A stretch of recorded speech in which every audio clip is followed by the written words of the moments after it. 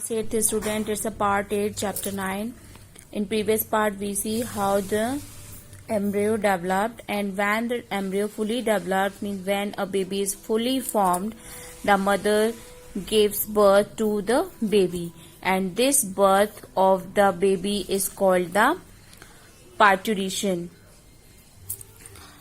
The fertilization can take place in two different ways.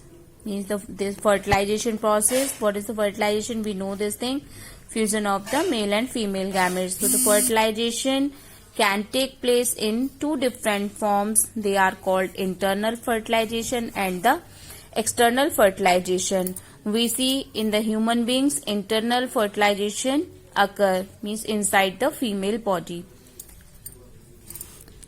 Internal fertilization, the process of fertilization that occur inside the female's body is called the internal fertilization. This is seen in reptile, birds and mammals including the humans and blue whale.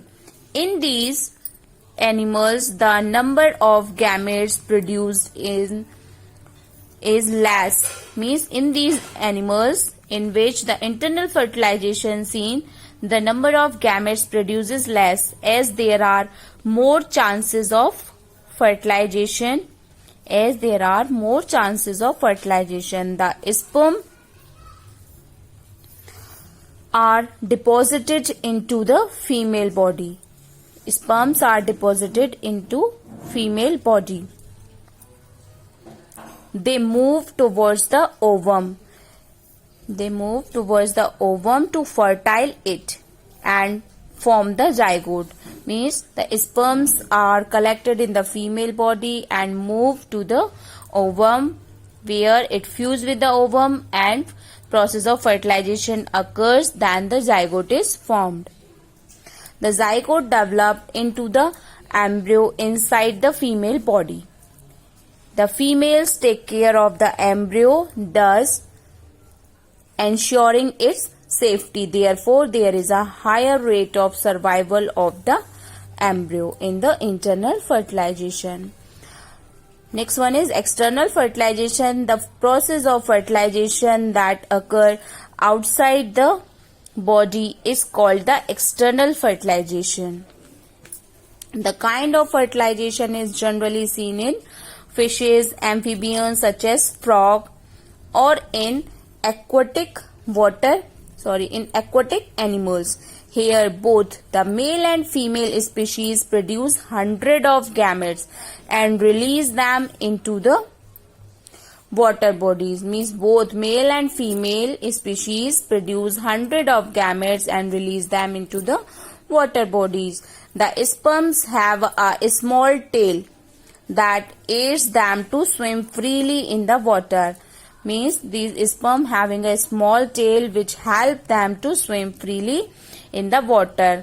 When these sperms encounter the egg, means when these sperm reaches to the egg, they fuse together, leading to the formation of zygote. Then after that, formation of zygote is done.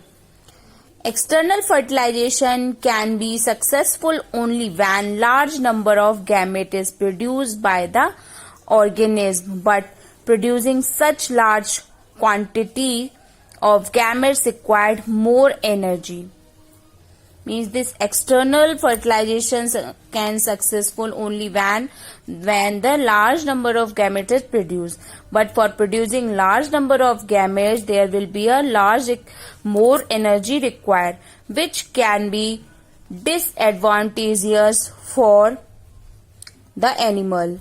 Means losing the large energy will be harmful for the animals. Also, there are chances that the gametes may not fertilize, and there is also the chances that gametes are not fertilized. Even if they are fertilized, the embryo may get washed away due to water current or get destroyed by harsh weather condition or by other predator. Means first of all, the producing large gamete needs lots of energy. It will be harmful to the animals. Second thing means or badly affect to the health of the animals. And second thing, if they fertilize, then there is a lack chance of survive, because due to the water current or the higher wave or the disturbance in the water, their eggs may be gone away or may be destroyed by the harsh weather condition like so much heat, cold. And second thing, they may be harmed by the other predator, means who feed up them, means other animal can also feed up those eggs. As a result, not many develop into adults, means as a result not many develop into adults, means few are developed into the adults. The advantage of external fertilizations are that the male and female can deposit sperms and egg respectively at a slightly different times and location, and the female does not have to take care of the young ones and raise them. Means there is a advantage also that both male and female can produce the eggs in the different time, slightly different time, means it is not essential that they have to produce at the same time those gametes and at the same place, means location and the time may be vary. And here the female does not have to take care of the young ones and raise them or to increase them. Means this is after giving the eggs, there is no responsibility of the parent to take care of them. So thank you class. We continue in the next part.